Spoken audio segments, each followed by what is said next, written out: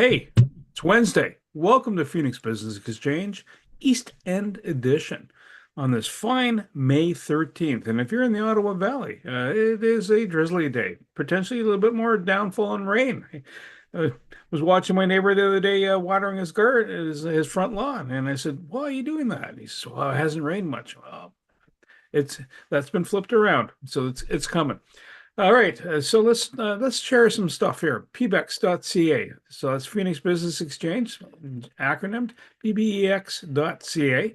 Go to the website and you will find the ways to come on in if you want to come into this meeting. Join us. We're live on LinkedIn and Facebook. And I'm going to share a screen now. And you should be seeing the Phoenix website. And the member of the week is Jacqueline Richards. She does mortgages, and you click her little card button, the red button here, and it'll give you her contact details. You want to hear Jacqueline speak about mortgages and how to be a yogini and work your finances into the whole picture, and click onto the video here. These red buttons that are visit any of the four chapters are links to the Zoom. All right, so Monday morning, 8 to 9 Eastern, Wednesday morning, right now, 8 to 9 Eastern, and Thursday morning, 8 to 9 Eastern, are the ways to come on into this channel and visit us. May 26th, 7 p.m., we're having after hours group, and that's more just to keep you accountable to stuff. You hear someone talking today. Maybe they're talking about breaks. Maybe they're talking about, hey, I can sell your house. Maybe I can help you arm wrestle a CRA. Click the upcoming no events. We're not selling event tickets to watching people arm wrestle CRA. Sorry, but if we have upcoming events to CRA to anything that's going on, click here. I'm gonna have to stop talking about CRA. Canada Growth Network. We're meeting every Monday at 1 p.m. Eastern. Not next Monday, though. It is a holiday. It's Victoria Long Weekend. East Trade Winds meets every Tuesday, 8 to 9 Eastern. And East End Group is meeting next week on May 20th at Hive. It's also on Zoom. It's available there. It's a one-off. We're doing it during the holiday week. So there is no Monday and there is no Thursday sessions for Phoenix.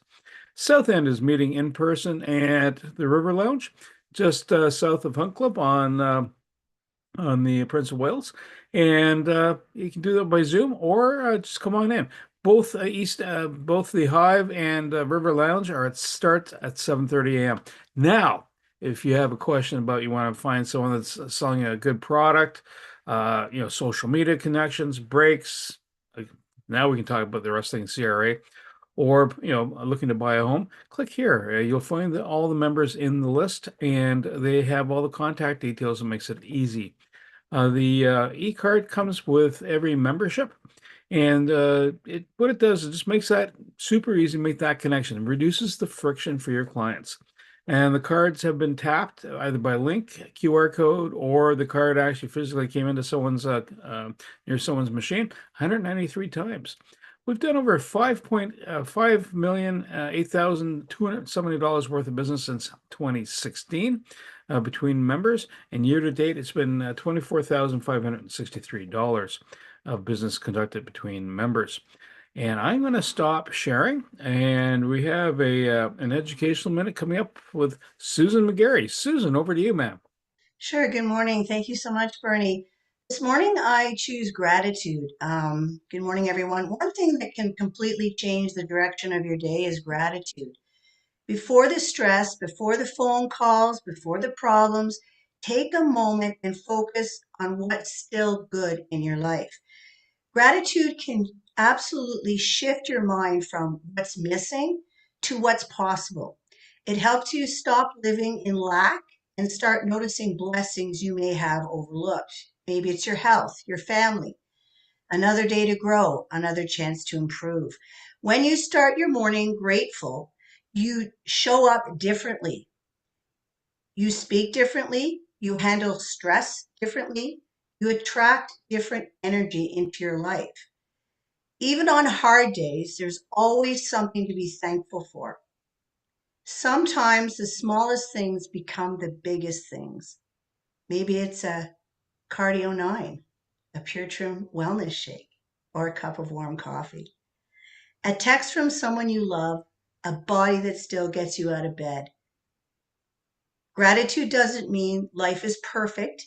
It means you're choosing peace over negativity and faith over fear. I challenge everyone here today and listening in on live. Start every morning with gratitude and watch how your whole life begins to change. Back to you, Bernie. Susan, well done. That was a great educational component. Appreciate it. So we're live on LinkedIn, and hey, there's the post, and you post your contact details there. It's a good way to share information about yourself, and it promotes connectivity to other people that you're engaged with in communication on LinkedIn or on Facebook too. I'm going to start off with Sam and then go to Wendy. Sam, what is happening in your universe other than you're going to be busy with your e-card and at 9:30 you're doing something for a client? Go ahead, Sam. Thank you, Bernie. Good morning, everyone. That is correct. Going to get my QR code fixed, hopefully. And I do have, actually, I'm still changing tires. This is for my accountant today. He's busy in last month, of course, with income tax, and now I'm doing his tire changing for him today. Let's see here. Sam Stores Connected Cars. That's yay. Besides tire changing, I also do, well, dash cameras. That's why I call myself Dash Cam Sam. And this time of year, I'm moving into my car cleaning or car detailing business. If you have a pet and the pet goes in your car, it's often with that pet comes things like hair and dirt and mud and all kinds of things that they attract into your vehicle and make it a mess. So if you need someone to do that kind of thing, or you know a person who has a vehicle that has that situation, please refer them to me. Samsters Connected Cars. Let's see here. Let's see. BAMS wise. Eric got his car exhaust fixed. I didn't do it for him, but I did tell him that I wasn't available to be able to do that and referred him to someone that could. And let's see here. Dave Beliveau came by last Thursday, I think it was. Uh, just dropped in on me and had a tire that was leaking. Pulled a 3-inch nail out of his tire. The guy seems to attract. I think I fixed his tires at least 5 or 6 times now. The guy keeps running over things. I don't know. Maybe it's the renovations he does in his house. I'm not sure.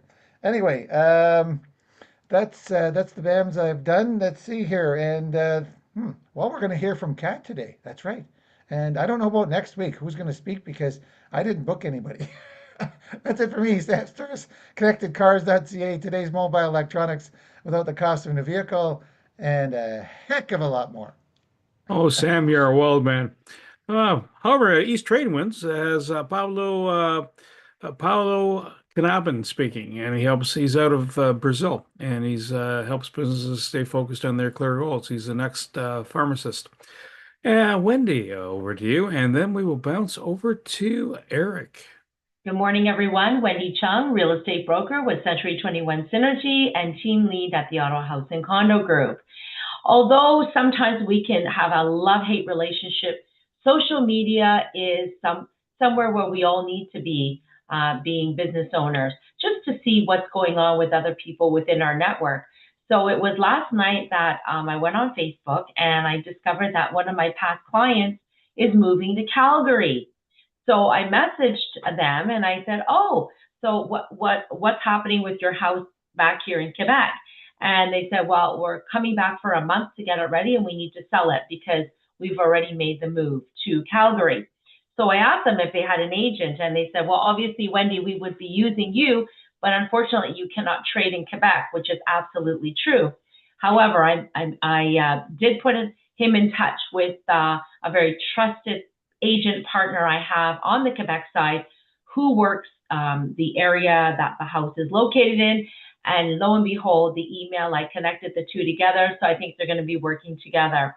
So all to say that even if you have no real estate needs here in Ottawa, but you know of someone that needs a good representative somewhere else in the world, feel free to reach out to me because I've got a very strong network of people that I trust.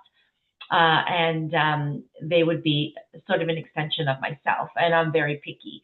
So your clients will be in very good hands. So in terms of the market. The market is picking up, starting to get busier and busier, and that's a great thing. I hope everyone is as well. I've got ongoing business with Susan Ebbs and Kat Hurd. Thank you. Wendy, thank you so much. Just another reminder, and there is no Canada Growth session on the 18th, but we are following up on the 25th. Eric, over to you, sir, and then we'll go to Susan. Go ahead, Eric. Good morning, Bernie. Today I'm going to mention why we don't do something, right? We don't advertise personal taxes, although we do lots of them, and we do not advertise nonprofit and charitable organizations. And why is that?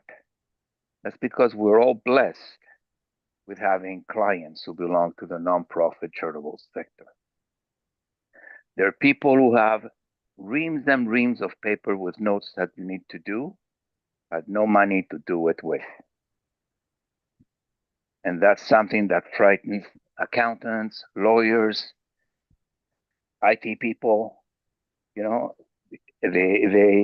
they're also managed by people who are volunteers. And people who are volunteers are much worse clients than people who own the place. People who own the place have a life. They have a wife, they have a husband, they have a dog, they have a kid. Volunteers have one-dimensional view. They have a messianic approach to the work. And you can never leave it, especially if you're married to someone who's a volunteer at a nonprofit that you do. You walk the dog and you're talking about the nonprofit.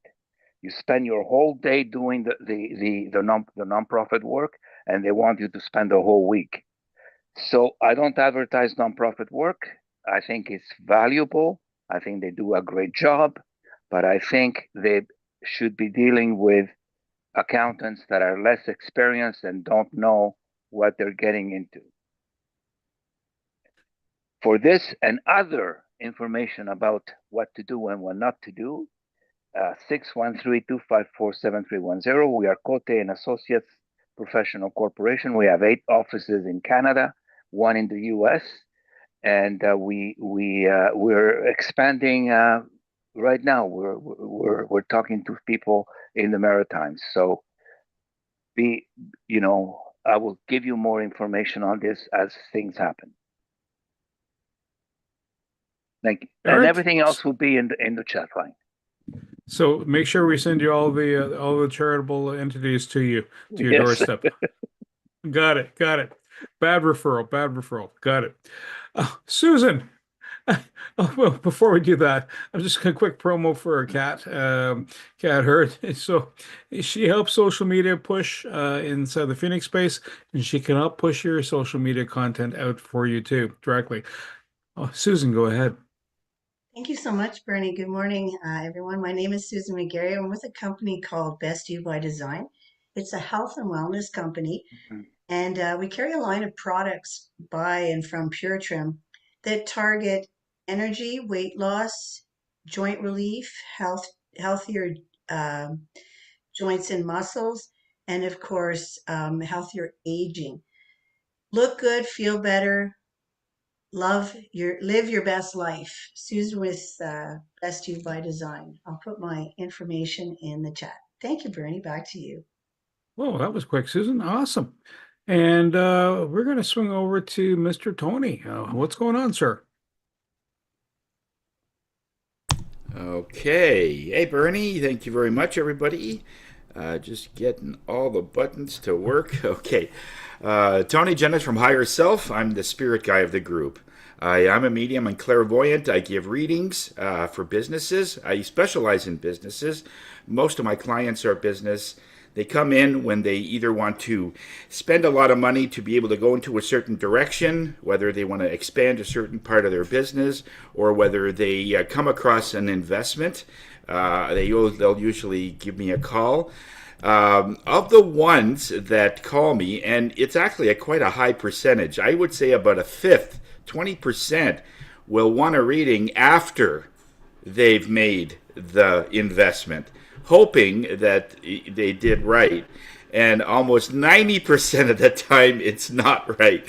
So if you can, if you are going to invest in something, try and see me before. It's hard to hold on to the horse after it's left the corral. All right. So the idea here is I don't I look at the energy of the deal. I don't even need all the details. They just say, okay, well, there's just one deal I'm looking at, and within like really 5 seconds, hold on, I'm just getting a no, or I'm getting you could do it, but there's some things that they're not saying. That's a big one. The deal is fine, but there's something they're omitting about the deal, and why they're doing it, I don't know. Maybe they think that it'll kill the deal if something comes out, but a true investor should know everything, so that if you know something's coming and you're still going to invest, then that's the thing to do. One of the reasons why people can't decide is because our energy is skewed. We're in front of computers all the time. We have phones, iPads, we have all kinds of electronics around us. Many of us sleep with our phone literally a couple of feet from our head on a nightstand, or worse, charging on a nightstand. Or they might have cordless phones. They might have. It's best to have one of those wind-up clocks that will wake you up. Then it doesn't have any EMF at all. Or behind your head, behind the wall, there's a series of wires and circuits. I've actually had one client actually about 6 feet away from the panel box of the entire house. So there's 40,000 volts coming into your home, and they're sleeping in that area. Anyway, that's a longer story, but the point is that the reason we can't feel is because there's so much electricity around us in our field that we don't see it. So when I do it, I am pretty clear. So I see things in a different perspective on top of the sensitivity that I have. One of the things you could do is there's a little bracelet called shungite. It's a stone that astronauts use so that they're not going to be connected to a lot of circuitries and electronics around them. There's literally 10 miles plus, if not more, I think it's way more than that, 10 miles of wires, circuits, transformers in the space shuttle. And if they didn't put any kind of a coating like shungite and other materials that can absorb that EMF, they would literally microwave and cook in that place. So that's how important it is. So whether it's a small stone, we have smaller stones too. You can put it in your pocket, and literally, if you've got computers and you're working with CPUs under your desk, and you got phones and other things around you all day, there needs to be an EMF sort of a holiday. You need to just get away from your devices a little bit. If you're going on a walk, put your phone on airplane mode. Just so that, because I have my pedometer, how many steps I take, and so I'll put it on airplane mode, and that way I can sort of measure how far I go. So there's different ways to do things just to sort of keep your EMF absorption down a little bit, okay? And by doing that, you'll be able to feel whether or not a deal will be something that's good for you, okay? Tony Jennis from Higher Self. We are here to raise your spirits. We have ongoing business with Eric, with Josh. Josh, you're just finishing up a little thing that we are working on, but the site looks great. I've really upgraded a lot of the parts of my site. I probably have close to 600 pages on my website. I know. I never thought it would be that, but it's quite great. And with Rael, he's able to go through the whole site. And that way, when someone comes on and asks a question, it's like an Autobot where it will answer questions and things like that. So that's, as the site gets bigger, it's great to do that. And that's did a little business with Susan there last week. Thank you, Susan, for dropping that off. I'm just waiting for the better weather to come. So that's looking forward to that. Okay, so back to you, Bernie. Yeah, Tony, today's not better weather. At least for motorcycle riding, it can be. Yep. So Jacqueline couldn't make it here today, so she asked me to kind of do her piece. And I've just fired it into the chat. Jacqueline Richards, welcome to Guinea, where money meets mindset. She does mortgages. She does mortgages here in the province of Ontario and a bit across Canada in some places, but you have to reach out to her to find out the finite details in that space. And it's about your headspace also at the same time. So reach out to her. She does a really good job, and she'll help you sit at your chair, relax, take a deep breath out, and just let your shoulders down and just become chill. That's always important. For me, I might chill you out if you're listening to some of the podcasts. If you want to know kind of a quick scan, like what podcast do I want to listen to, you can go right to the blog post and just search in that space. There's also, if you go to the knackforbusiness.com, you can use the same chatbot that drives Tony's site.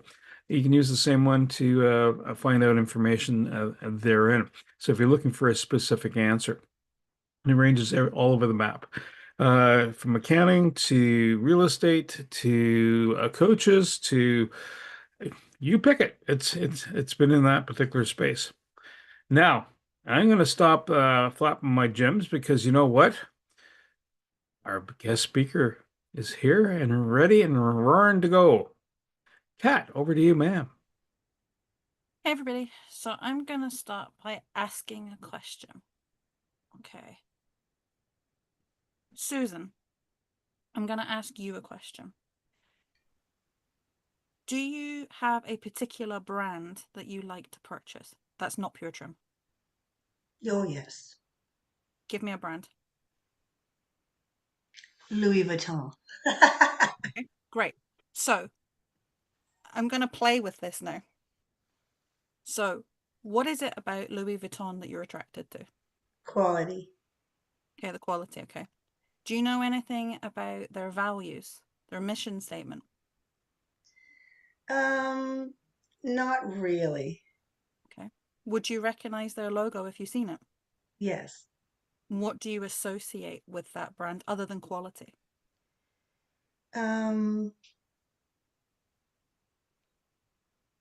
Style, Okay. presence, quality, branding, Okay. Okay. And luxury. luxury. Okay. Cool. Right. Sam, I'm going to ask you the same question. Do you buy any branded like items? Can you unmute? Sam, All right. Sorry, I had to Think of unmute. those auto parts. Um, Auto parts? No, actually I don't specifically go to specific names. Although I have to say, yesterday I ended up buying a wheel bearing called Timken. It's one of the top named wheel bearings you can buy for this vehicle. So that might be one, but I don't But I did don't you think I know buy anything that? about the Was it company per se. so? Did you buy it from them because of a necessity, or did you buy it from them by choice? Necessity. Okay. Thank you, Sam. Oh, sorry. Thank you, Susan, as well. I was so rude. So, what you've done is you've highlighted something for me. So, when we look at companies, obviously we're looking at the branding. We want to know who the company is, what do they do, what do they stand for, why should I use them? You know, what do they sell? What are they all about? What is it that attracts us to them? So, you get two different types of people. You get people like Susan who turn around and say, I love that brand. I'm going to buy from that brand. And you get people like Sam that are like, I need something. I'm going to go to the place that has what I need. So what we need to do is when we have our own businesses, we need to look at our brand. We need to look at what do we do? Why do we do it? How do we do it? What do we stand for? And how do we get our audience to be more like Susan and they come and they use our products and services because they know us, they like us, they trust us, they think we're valuable to them, versus I need that. Now, obviously, when you've got something like Wendy, who not something like as in she's not a person. When you have a service like Wendy has, if I put better English in, that does at some point become a necessity. You have to move, you have to downsize because of, you know, a lifestyle change, you know, a new job, a new baby, whatever it is. So yes, there are times when your brand is going to become like the way Sam looks at things as, I need that, I'm going to go there. But not all of us have businesses that are essential, you know, I'm making this a right pig's ear. Let me try again. We don't all have businesses that are a necessity to use. So, for example, depending on the type of business you've got, it is essential that you use an accountant. So it is essential that you would contact Eric to make sure your books are right. But if you're somebody that has a hobby job, so you're only making $50 here, $50 there, you're probably not going to use Eric. But if you know Eric, you like Eric, you see the value, you're going to go and talk to Eric. I'm sorry if you're only getting $50, he's probably not going to actually take you on as a client because it's probably not worth his time. However, he's a really nice person, so he's going to give you some advice on what to do with that and how to declare it and all that jazz. But the problem we have is that a lot of us look at brands in the wrong way. So it's great when you get a client that says to you, oh, I'll always use you because you make me laugh or you always make me smile. That's fantastic. But it doesn't actually sell you business. You want to have in your own respective industry, you want to be like the McDonald's. And I don't mean cheap and cheerful. I mean, you see a billboard sign or you hear a radio advertisement and you hear the McDonald's jingle and you automatically know it's like McDonald's. You see the logo and you got the golden arches and you go, that's McDonald's.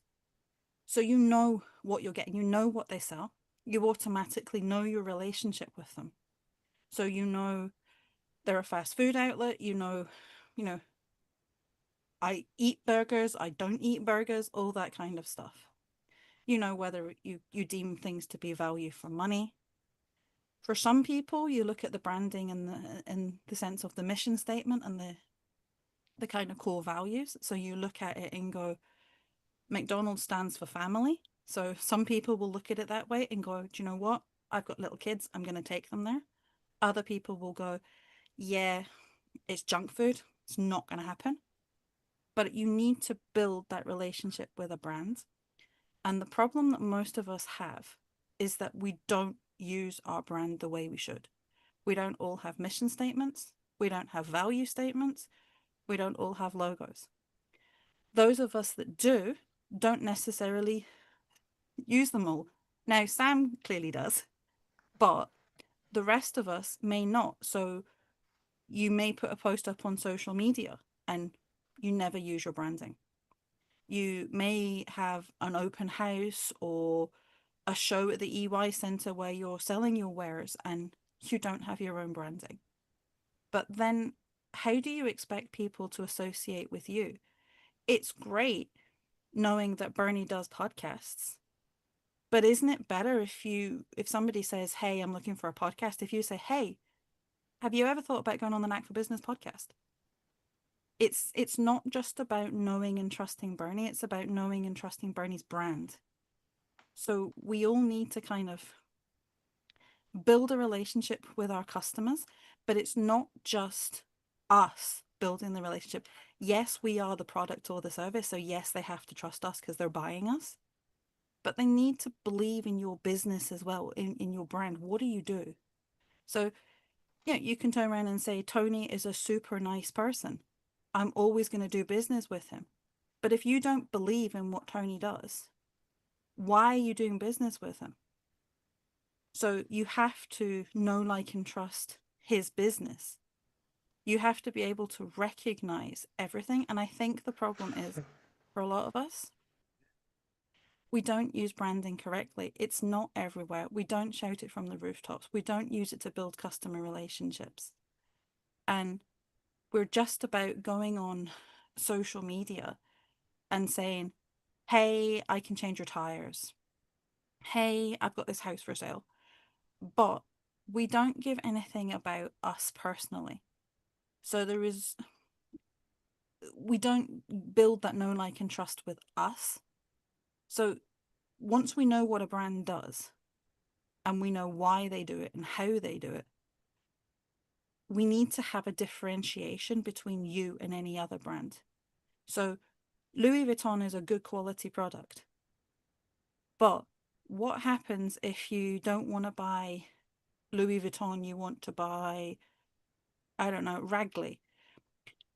It's a question of you need to know the difference, you need to know the values. But if you have a relationship not only with the company, I mean, obviously with a large company, you don't have direct relations with individual people, but we all have little businesses.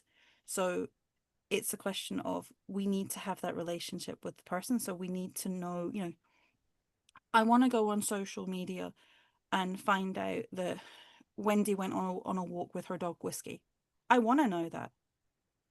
I want to know that Sam went out and had this, I don't know, this amazing experience doing something. Or Tony went out on his motorcycle ride. I want to know all about this. I want to build the relationship with the people that I'm doing business with. But our social media doesn't always reflect this.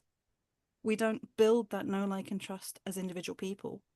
We don't build it as a business. We rely on this word of mouth kind of thing. And that's great. Because if you're somebody like Eric, word of mouth works brilliantly because I'm assuming, and I could be wrong here, he can only work with so many people at one time. He is but one person.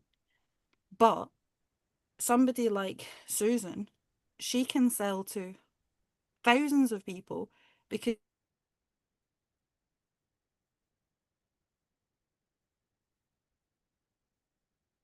from her premises, well, not her premises, from Pure Trim's premises.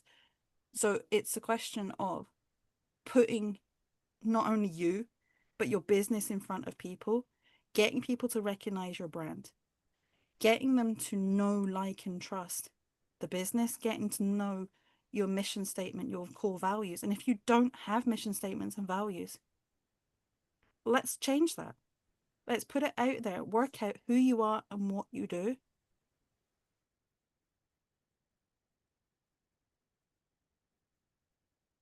Our heads are moving, but she's frozen. Internet. Oh, am I back again? You're back. Cool. But we see your front, but you're back. Okay. So I'll give you an example of what I'm talking about. So yesterday I had a conversation with a lady who is in a completely different networking group. And what she does is she custom fits bras. Now, everybody understands what that means. However, the message has got mixed somewhere, and she tells people that she sells bras. And people are coming to her and saying, but you charge the same price as going to the department store. Why am I coming to you? And it's because she's got confused what she's doing. So she doesn't have the same relationship with her business that she should. So everything that goes out to the audience doesn't work. So it's great for everybody else to know what you do, but you need that relationship with not only yourself. And if you do need a relationship with yourself, I think that's more Tony's space than mine. But to build that relationship with your business, we need to start there. You need to know what you want to do. Who do you want to talk to? Why do you want to do it? And then we put all this stuff in place so that your mission statement, your branding, it all goes towards the right people and it's put in front of the right people so that they know, like, and trust you. They remember you. They want to do business with you. And for a lot of people, sadly, it's lost. But those are the people I want to do business with because I want to kind of save them before their business goes under. Because everybody has the right to have their voice heard, to sell their products and services, because we're all here for a reason. We all have a why. We just need to put that why out there and allow it to help us to connect to everything. And that was a load of random waffle, so I will apologize. Thank you, Bernie. Oh, Kat. But tell us more. All right. Does anybody have a question for Kat? So, Kat, what I'm hearing you say is there's You're going to have your usual content you're pushing out. Yep. You also have to have your raison d'etre, the reason why you're engaged in that space. A little bit about you, the person. That's not your product, but so they get to know you. Yep. All right, and if you're looking for that distinction between everybody else, we'll go to the brassiere section. Yeah. There's a difference between what your client does and then what a department store does, because she's dealing with specialty situations. They will not, and they won't have the expertise. They'll just go, hi, slap it on, and you're off to the races. And hopefully you have a clerk that knows what they're doing. Exactly, but that's just not the message that she's been pushing out, because to her, she's kind of got lost in the noise. I mean, you know what it's like. We're all busy doing whatever it is we do, that we tend to build a disconnect, not on purpose. We think we're putting out one thing, and somebody says, hey, you're actually putting out something else. And you're like, oh, I need to look at that.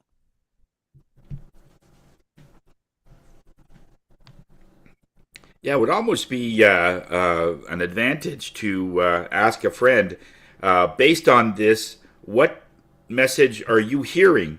Because I know in public speaking, there's always the question, this is what I'm saying, but what are people hearing? And most speakers think it's the same thing, but it isn't. Sometimes we'll hear and listen to one message, but the speaker will have something else. But yeah, that's a good example of the fitting custom as opposed to just selling itself. You're not making it exclusive. I think the only caveat I would put on that, and I can't emphasize this strongly enough, is please do not ask somebody under the age of 18. Because I have had people that go, oh, I've just asked my grandchild, how old's your grandchild? 8. Well, I'm sorry, an 8-year-old's perspective, if your audience is not an 8-year-old, it's not right. But yeah, I mean, ask your husband. Unless you're selling toys, and then it's the 8-year-old that's going to convince the adult to buy it. Yeah. I still probably wouldn't ask the child at that point, because they're not paying for it. It's a question of, you want to get the perspective, does the parent find it value for money? Yeah. Yeah. Anybody else have a question? Oh, sorry. Yeah, I just go want to ahead. make No. a comment. Yeah. So, Kat and I have been working together for quite some time, and some of the posts that she puts together for me, it's just outside of real estate. It's just for people to get to know who's Wendy, right? We were working on, the personality behind it, because I'm not just a broker. I'm more than that, right? I'm a mother to Whiskey. I'm the wife of Craig. I'm the mother of my mom who lives with us. I'm this, I'm that. I have a lot of golf friends. I've got a lot of other interests other than real estate. So I think that some of the posts that Kat puts together are just super engaging and very interesting. The last one she did for me was, I was quite close to getting a hole in one, and I had a picture, and I guess I must have sent it to Kat, and she created a post about it, and I got some engagement from people that I haven't really talked to in a while. So it's really about engagement. It's about energy. It's about allowing people to see who you are. And I think that when people get to know you a bit better outside of your professional field, they might be more inclined to reach out when there is something related, to what I do for a living. Or it just could be, some advice. Listen, I'm starting up golf. What sort of brand, what are your clubs? What do you like to hit? What's the best way to go about it? Who should I be talking to if I want to take lessons? Maybe something like that. Who knows? It just opens up another conversation. So what Kat's saying, I completely agree with, in terms of being well-rounded and having your audience and other people see who you are outside of your professional field as well. So thank you, Kat. You're welcome. I think for you, the number of times I hear, and I don't know what it is about golf, it's not my space, but the number of times I hear people have done so much business on the golf course, it's ridiculous. So if you do, golf, or in Eric's case, soccer, whatever it is, use it to your advantage, because if you can then use that to leverage your services and start a conversation with somebody, why would you miss that opportunity? It's money left on the table.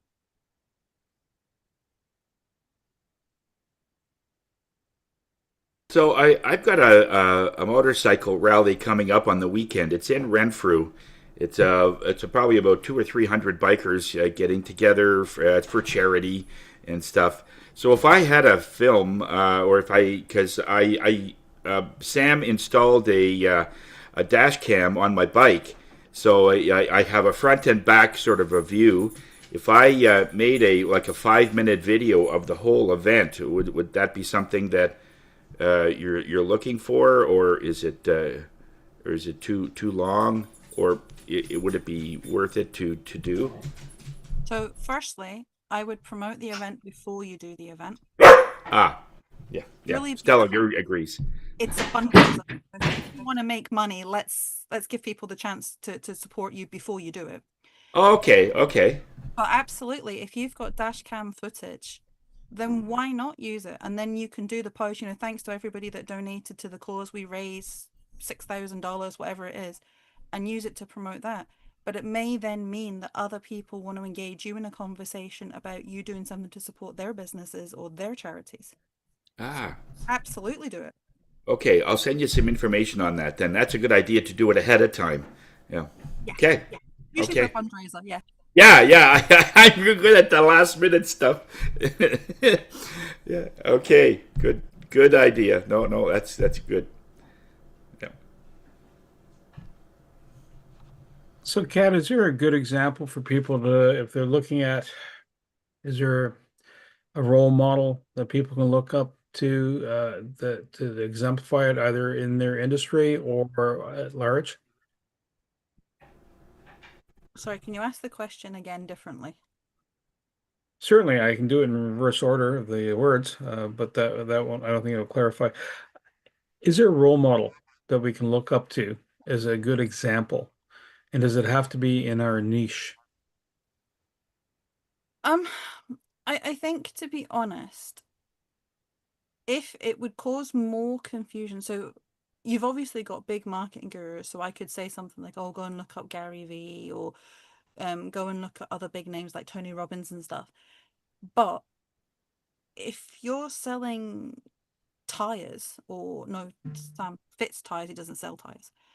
So if you want to sell that, that isn't, how are you going to then replicate that? I think it becomes more confusing. So you can use it as a reference point and see the type of content they put up. But I think you're easier to find somebody in either your own industry that you can follow, or have a conversation with somebody who does that. So like, give me a call and say, hey, I'm thinking of refreshing my social. What type of content do you think? Because it then becomes easier. I mean, it's not me doing it for you, but it's me giving you indications of, go and check out this person, or go and do that. Because it also varies by region. So Wendy selling houses in Ottawa could be different to going and looking at somebody who sells houses in Quebec, because it's a totally different market. So it's probably easier to have a conversation, what can you do? Because some of it I could recommend you would replicate, and some of it I would recommend that you didn't, if you see what I mean, because it has to be your kind of style. So obviously, like, there'll be generic stuff that would be the same. So tailor fit. Yeah, totally. It should all be tailor fit. You shouldn't just, and I've seen most people do this, especially MLMs. They do what every other MLM company does. So they'll go, oh, my upline does this, I'm just going to copy this. But then there's no difference between you and them. So by all means, use it as a reference point, but it is not the finalized product. Does anybody else have a question or point or a golf ball or a motorcycle? Fair enough. So for Canada Growth Network Power Hour, the May 25th, the guest speaker is going to be Jessie Lynn McDonald. She's out of Ottawa, actually. And I'm going to close us off with a quote from Leila Hormozi, or Leila Hormozi. The fastest way to become insanely confident is to become dangerously competent. If you have a business that is more than you, you have people working for you, you have weak points. In my office, for instance, a weak point is the receptionist. Because that's the first contact the client has or the caller has with us. Before they know that I'm a nice guy, that I have a dog, that I have all of that kind of stuff, that's the person that makes it or break it. And that's the person when we put the most training in. And that, if one of the clients that I don't like to have is a restaurant, because the life's expense of a restaurant that is owner owned is about 5 years. And the reason it's 5 years is my local restaurant here. We have two. We have Gabriel's, and we have Gabriel's, and we have another one on the other side of the mall, and that one goes bankrupt every 5 years. One on it. Oh, that one shouldn't go bankrupt. They're a chain. They sell the steak really good cheap. Sorry. But why do they go bankrupt every 5 years? Is because they have 18-year-olds being the contact of the customer. And there were 8 people lined up, and 2 young people came in, and were friends of the person that does the seating, and automatically bypassed the 8 people lined up. The 8 people in unison left the restaurant. And I said to my wife, this is the beginning of the end for this restaurant. Because you cannot re-advertise to those 8 people. No, you pissed them off, and that they will never come back. And you never know who those 8 people are. They could be there. They could bring other people in. They could do all kinds of things. You cannot afford that. So as long as you are, a one-person business that controls the delivery of the product, the getting of the product, it's easy. But the moment you have people working for you, it's not easy anymore. Do you monitor it though? So when you're having your receptionist welcome all these people, are you actually getting customer feedback from their experience? Yes.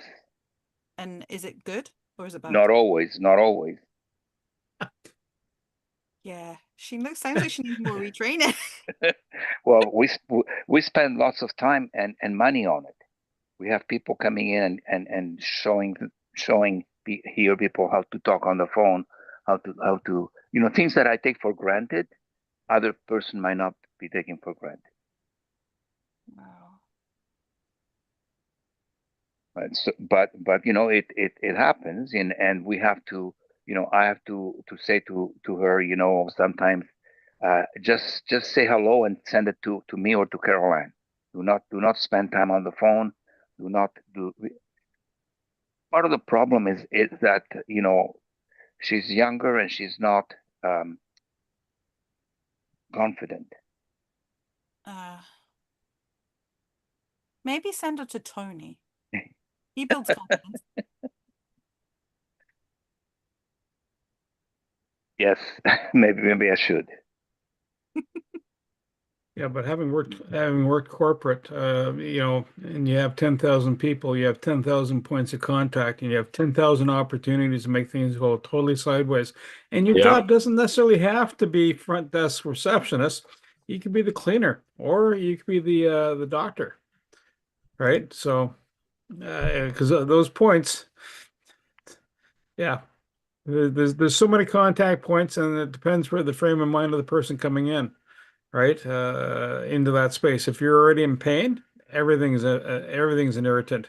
So if they're showing up on your doorstep and then they're confused, lost, right? Anyhow, versus someone who's a happy-go-lucky like Tony, just comes in, I'm here. Oh yeah, that's nice.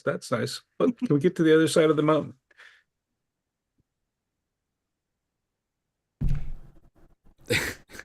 Like some people will say, this. It just doesn't happen. It's a lot of work. I used to spend a lot of time on my hair. Now I have to spend it on myself, but it's true. It's it's the branding. I mean, as soon as you start getting people working, with you, we're still a small thing, but once we start to get bigger, we have to rely on other people, and this is like exactly what Eric says. You got to hire people that are experienced, competent, and they know the score. Just to have somebody fill in the weakest point, like you said, it's the first point of it. When we start expanding our crystal line, we're going to eventually have a crystal shop, which will be a very substantial area. We got to have like 3 or 4 people to run it. So you got to make sure that people know what they're talking about. Somebody comes in, I need a crystal. Okay, well, we have over 200 or 300 different ones. What do you want? I have no idea, and they can't help them. So it doesn't help. They got to know a little bit of this stuff. They got to be sort of minded that way for the people, because that's what they're looking for. Sometimes I'll even get, and Tony, I'm not sure what I want. I have about $50, but I want to get something that's energetic for my mom. And so I have to channel and get into that energy to get whatever products it is, and then work it out where they get what they need for that price point. But how do you teach that to somebody? How do you teach 40 years of experience to somebody that's going to be hired in a week? Or they got to start next Monday, sort of thing. So it's tough. That's a thick training manual. Yeah. But it's more than that, because character you can't teach. It's not in a manual. I'd rather have a person that's less experienced, but they know how to talk to people, and they're personable, and their character, it just shows that they care. Because, it's... Just download your personality and all your knowledge onto like a USB stick and upload it. Yeah, Go into a crystal. Just embody yourself and do a Tesla. Horcrux. Do a Horcrux. That worked out well for the Harry Potter series. What'd you call me?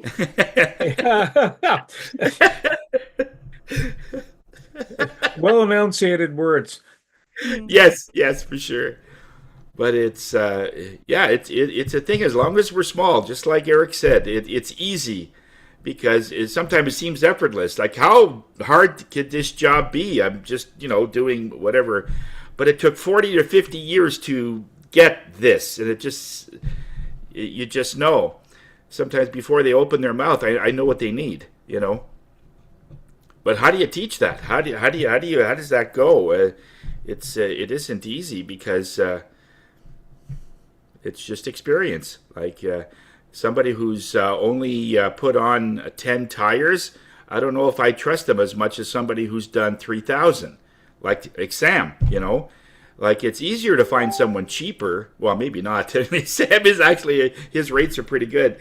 But if you do find somebody cheaper, it's like, is that what it's all about? Is just a low cost?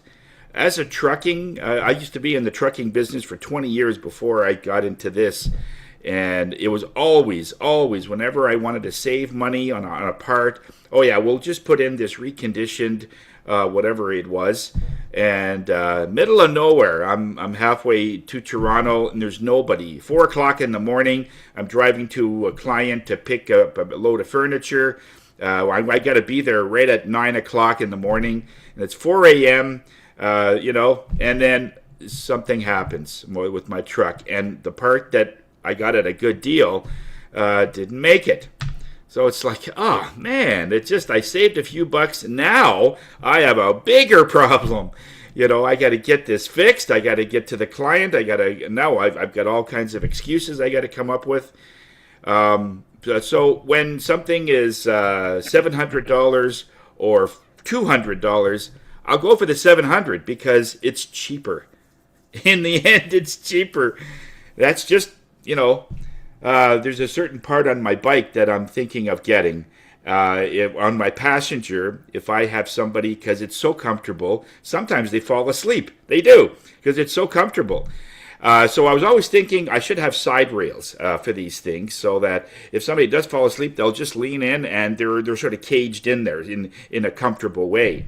So I have these things that open up and they come in. That was my idea. So there's one company that has it for $150. Another one has it for $650, but one locks. One, when you close it, it doesn't open. And I'm thinking, if someone falls asleep and it just opens up, well, what's the point? Why, you know? So for the safety of my passenger, I'm going to spend the extra 400 or 500, whatever it is. But that's what it comes down to: is it going to do the job? And that's kind of what we all talk about when we do coaching. It isn't that your coaching services are cheaper or more expensive. In the end, it's about, can you help me? And sadly, it's psychological pricing. If I have a coach that's $50 an hour, or I have one that's 500, which one sounds like they know what they're doing? When I was right out of university and I had my first accounting job, they gave me files to review and make notes for about 3 weeks, and then they told me to visit a client.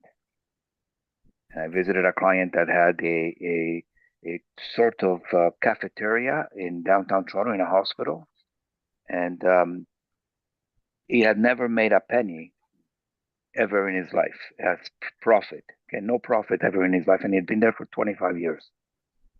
Wow. So I said to him, you should sell the restaurant. You're not making any money. And he said to me, if I sell the restaurant, how can I live? Now, as a young university student or former student, or as a young graduate, I didn't know what he meant until I went back to the office and I realized, hey, this is a cash business. This, the financial statement is just a government form that he's filling. It's not who he is. So, you have to know who you are. And when the senior partner asked me, what is it that we are selling to people? I started talking to him about, mergers and acquisitions, and we sell, international business, and we do this and we do that. And he said, no, this is what we sell. What We is are that? we are the aspirin.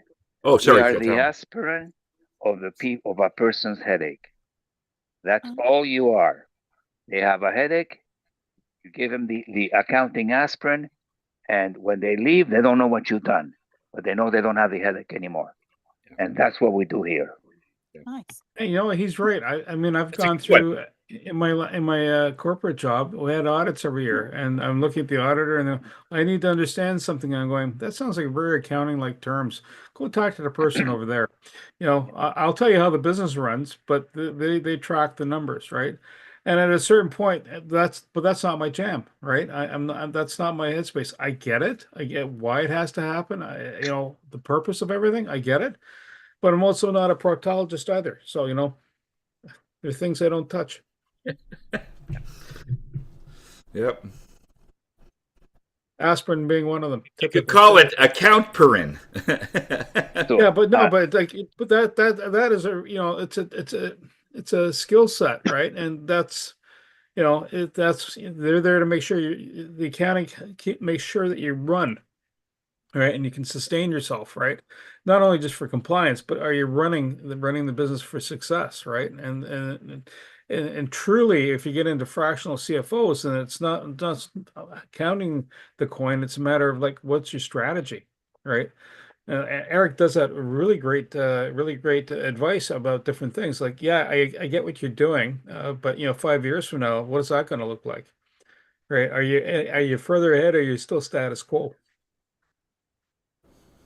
Or you're running a restaurant with 18-year-old servers and maitre d's that are just screwing you over down the stream. that is why if you're going to have a great restaurant, with great cuisine, you always have the owner there. The owner is the one that meets the people, is the one that sits the people. Yep. He opens the store, the restaurant at 11 o'clock in the morning. He closes it at 2 o'clock in the morning. Yeah. Yeah. If you don't open and you don't close, the cash will disappear.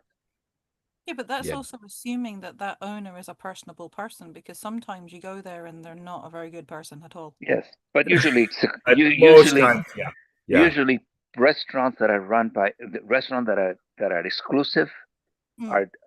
are started by people who really love Yeah. the idea of the restaurant. Right. Yeah, and that's why I go to them. They're so nice. Like there's Colonnade Pizza, which is a great example downtown on Kent. I walk in there and I'm just a regular Joe, and they say, "Hey, Tony, I haven't seen you for a while." Oh my God, it's been like 4 years you haven't seen me. And he said, "Yeah, come on in. How's it going? Yeah, here. What you coming yourself, or you got some more people coming?" And I got more people coming. He says, "Great, we'll take care of you." Like I don't even look at the bill. It comes in and I pay it. I look at the bill a month later after the credit card comes through. That's how I want to be treated, because it's so hard to find that kind of service. Great Gabriel's Pizza on in Canada is another good one. You walk in there and they serve breakfast pizza. I know. That's what I said in the morning. So instead of the stuff they put on, they put eggs and they bacon and it's like a pizza. And but Is it actually they pizza? have pride in that, and it's such a great environment. And you know what? It's always packed. Like if you're not there by 8:30, forget it. You're going to be in line. You have to wait for some people to leave. They have about probably I think about 80 tables. It's a pretty big place. So that's how you know that business is going to go, because of the personality.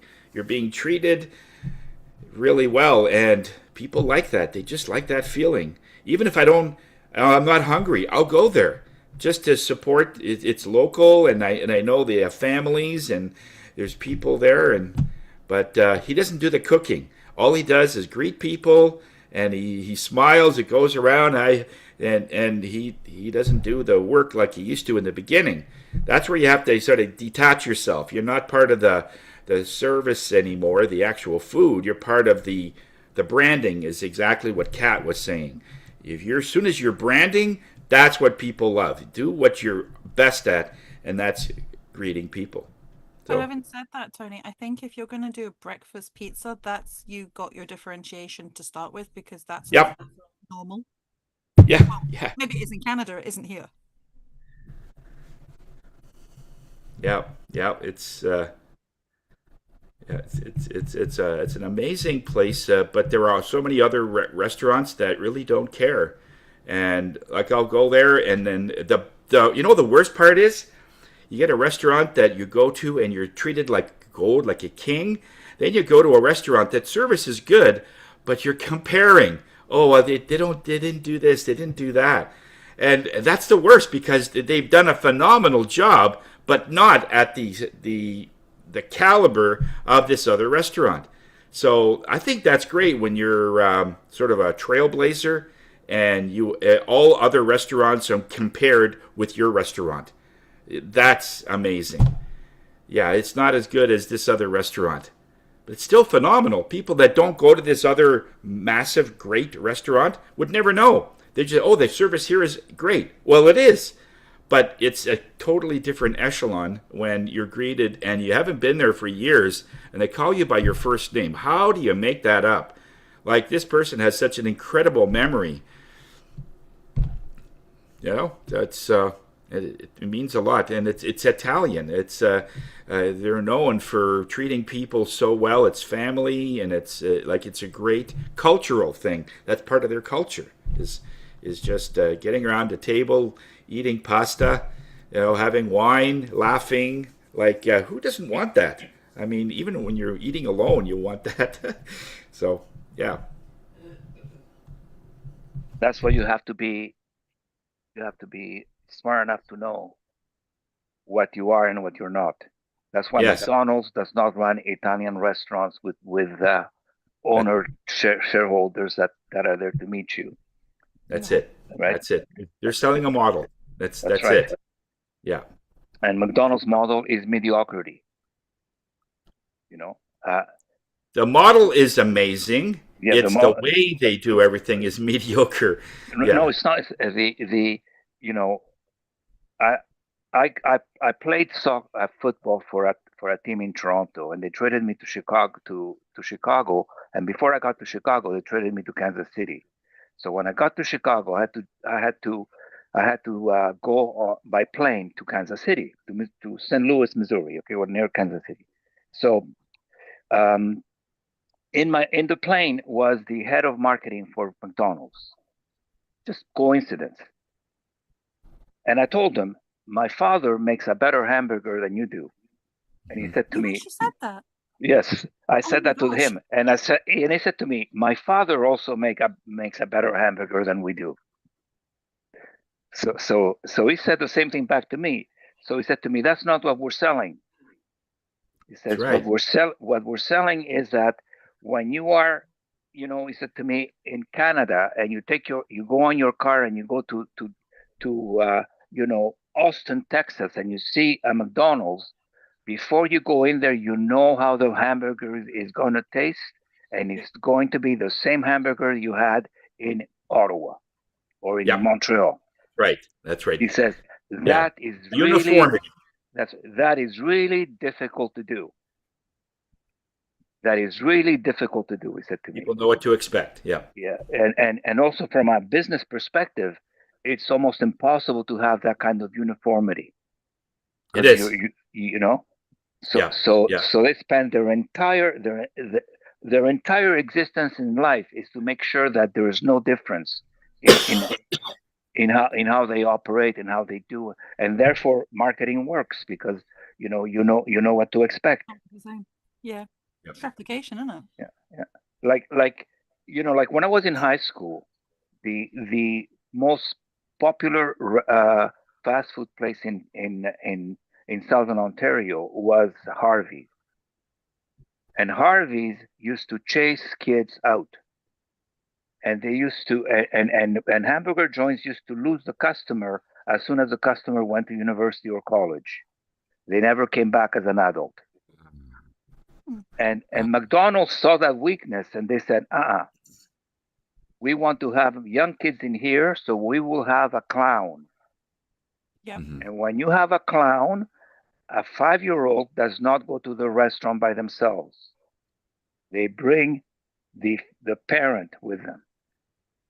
And the parent is the customer, but the marketing is done through the 5-year-old. That's right. Yeah.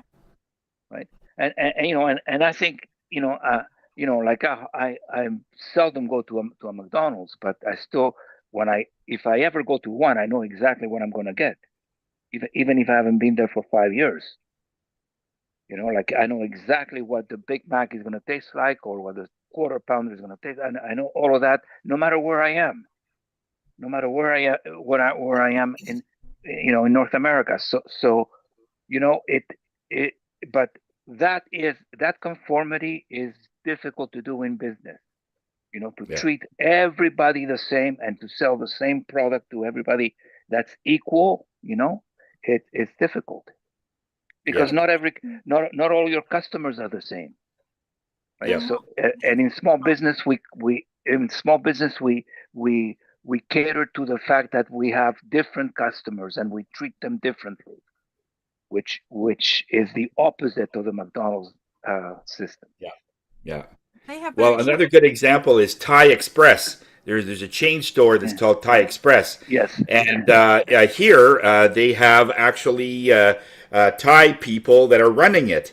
In Carlton Place, it's East Indian people running it, and it tastes like Indian food with a Thai thing, and it doesn't work. You can't like now. My son actually lives 2 blocks away, but drives to Canada to pick up his Thai food to go back, and that's not good because.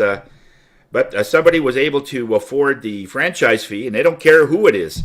So they'll sell it to an East Indian, but they're putting in their, I don't know, it should be the same. Even if it is Thai food, you're shown how to make it. Yep. But you're right about the consistency. It's not the same if it's a different flavor. You don't know what you're getting then. But I think it depends on the restrictions though, Tony, because like McDonald's, they have to buy all the ingredients from a particular place and they have Yes. to make it a particular Yes. way.